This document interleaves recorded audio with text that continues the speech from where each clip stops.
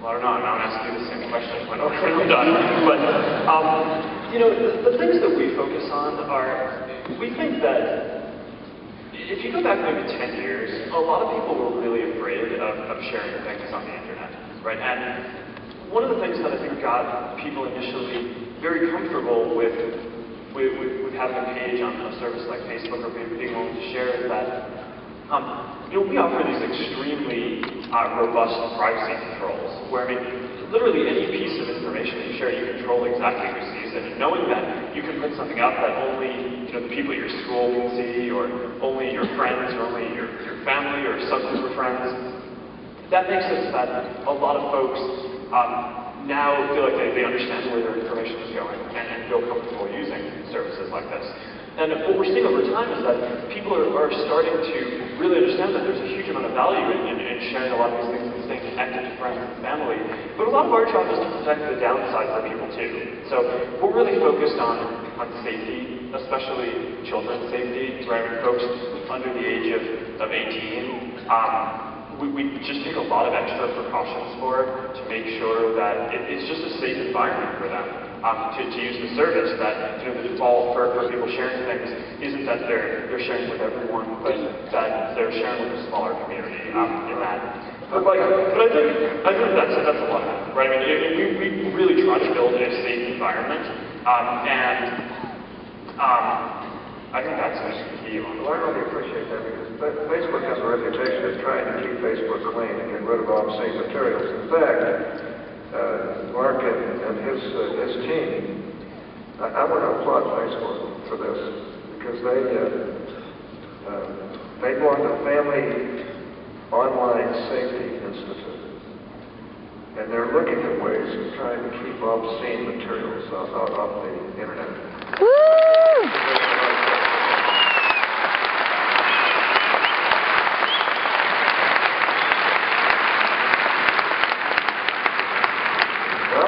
Same vein, what other steps, this is another BYU question here. These are good questions, by the way. I'm pretty impressed with my alma mater. In the same, now I do have to say that I'm crushed, because we didn't win last night, but they played an excellent game, that's all I can say.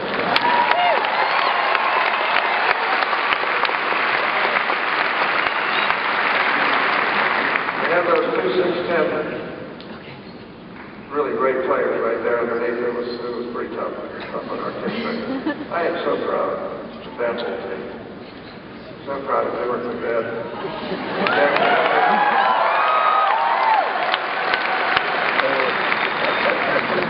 You go on.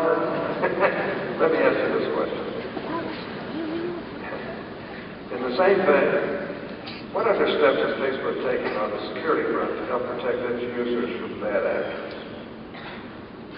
Yeah. So I think a lot of security, it goes down to what I was talking about before, to just providing a safe environment where we are really vigilant about making sure that there are few bad actors and that people can share safely and understand that they're in an environment where the stuff that they're sharing goes to exactly the people they want. But there's a lot of other really meaningful steps that you can take along the way as well. So I'm just list off a few fairly technical things that we're doing. We're one of the first products, I think, that offers people the ability to have all of their information in their sessions on Facebook be encrypted if they want, right? So go over HTTPS instead of HTTP. I don't think we're the very first, but I think we're probably one of the most complex services that enables people to do that, which means that if you're in a public place and you're using Facebook, you can make it so that people, it's extra hard for people to get access to any of the stuff that you're using. Going back to college age, one of the things that we do is use your social connections to provide extra security for you. So if you log into Facebook from a new place, and we want to make sure that that's actually you, and not someone who maybe has tried to steal your password or something like that. So So we've invented some new security measures, like we'll ask you some questions that only you would know. Or like we'll show you pictures of a few of your friends and say, which one of these is not one of your friends? And if someone who wasn't you probably would not be able to answer that. And if you ask the person 5 of those questions, then the probability that someone can get past that is extremely low. And those are things that I think a lot of other services can't do, or they haven't thought of because they're not approaching technology as a social problem. But we just really want to make sure that people have these authentic experiences all the time, right? I mean, that they feel like Facebook is this really secure place and that it's 100% safe. And we're always thinking about little and big things like that we can do to keep it safe for the people who use our service. I'm interested in the global impact of technology education. And one of the BYU students said, what are some ways that technology can enhance the more traditional styles of learning? Well, how long do you have? Well, got a little bit of time yet. Yeah,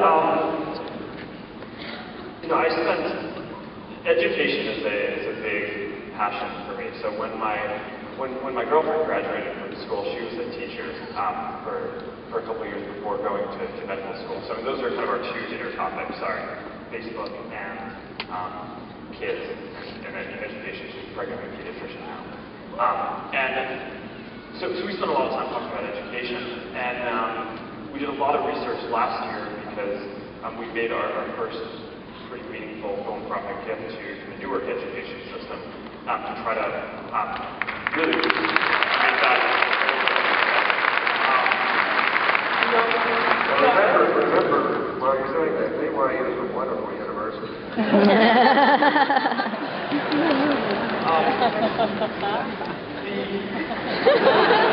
Sure. Sorry. Not really sure how to handle that.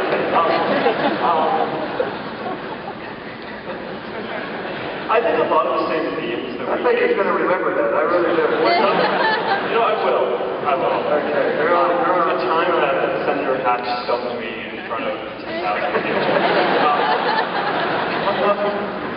It's making it that people can now stay in touch with people that otherwise they wouldn't have been able to stay in touch with, right? I mean, a lot of it is because, frankly, maybe you'll call your parents or your 10 closest friends, maybe you'll hang out with your 30 closest friends, but you probably know hundreds of people and it's like, you're not going to necessarily make the time to go see all of them. But with tools like Facebook, you now have the ability to stay in touch with those people in a more passive way. It just makes it a lot easier. And I think that's the basis, but I think over time, with that basis, you also will start to see some disruption in terms of how people relate to businesses and how businesses try to communicate with their consumers.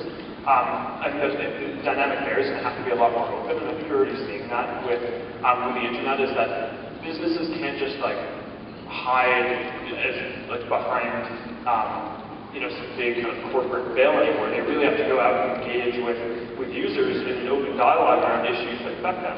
And I think that's going to start to play out now. And then I think the longest term thing will be how tools like Facebook, but also just the broader internet, affect civic engagement and governance as well. And I do think in a way, the internet just gives everyone a voice, right? I mean, whether it's Facebook or something else that you're using, people now have an ability to share something, put their opinion out there, and have people hear it in a way that just wasn't possible 20 years ago, right, in practice.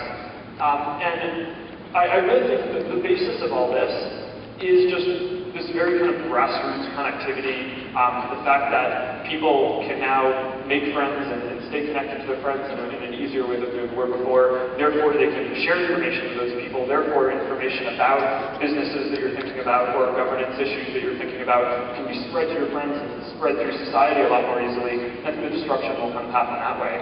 But there's some pretty cool, meaningful things that we see. One of our engineers, for fun, put together this site, peace.facebook.com. And what it does is it maps out the friendship connections that are being created on a day-to-day basis between countries and regions that historically have had very tense relationships, right? So between Israel and other countries in the Middle East. between other countries, that's just like an example, between other countries that historically have had pretty tough relationships. And it's pretty meaningful when you see the number of connections that are forming. It really is it's a symbol, and in practice, it is like this empathy developing in the world between like people who otherwise may have not had the ability to connect. And I just have to think that over the long term, that's going to create more understanding between countries, more reasonable policies, more empathy, and just a greater understanding of how we are all connected, because we are, I just don't think we fully understand it yet.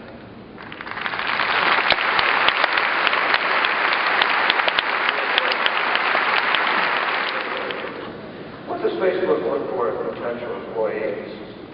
What can BYU students do to get themselves on Facebook's radar?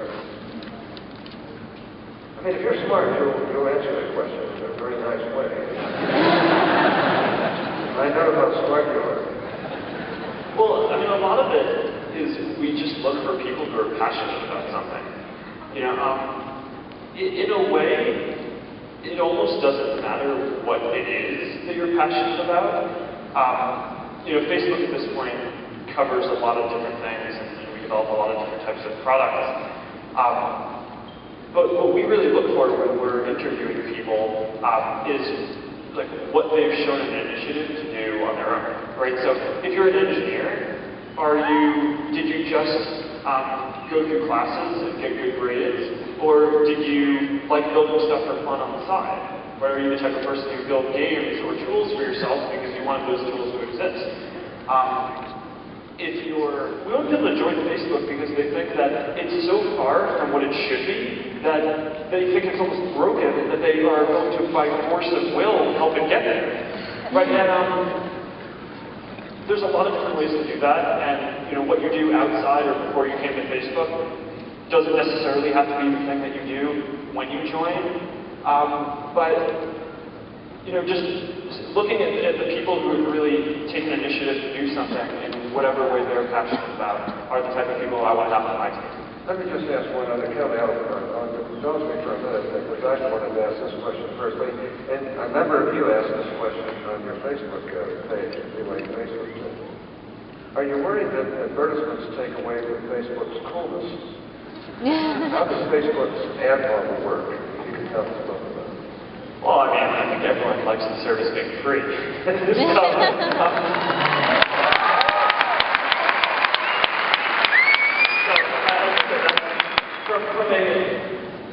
From the perspective of people using Facebook, I think that's the bare minimum of how you should think about advertisements.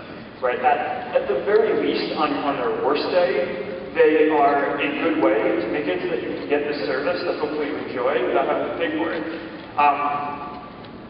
You know, when we develop all the technology in a way that is very sensitive to people's information. So there are these rumors that go around that we sell information or advertisers get access to your information, and there's nothing like that, right? I mean, we never sell any information because people's trust is so important to us. Right? If people thought they were going to sell their information, they wouldn't want to share stuff on Facebook. So it would be crazy for us to do that. Similarly, I think there's sometimes a misunderstanding that because, you know, an advertiser, you know, let's say you're a band and you're going to have a concert in a local city and you want to advertise to people who like similar bands.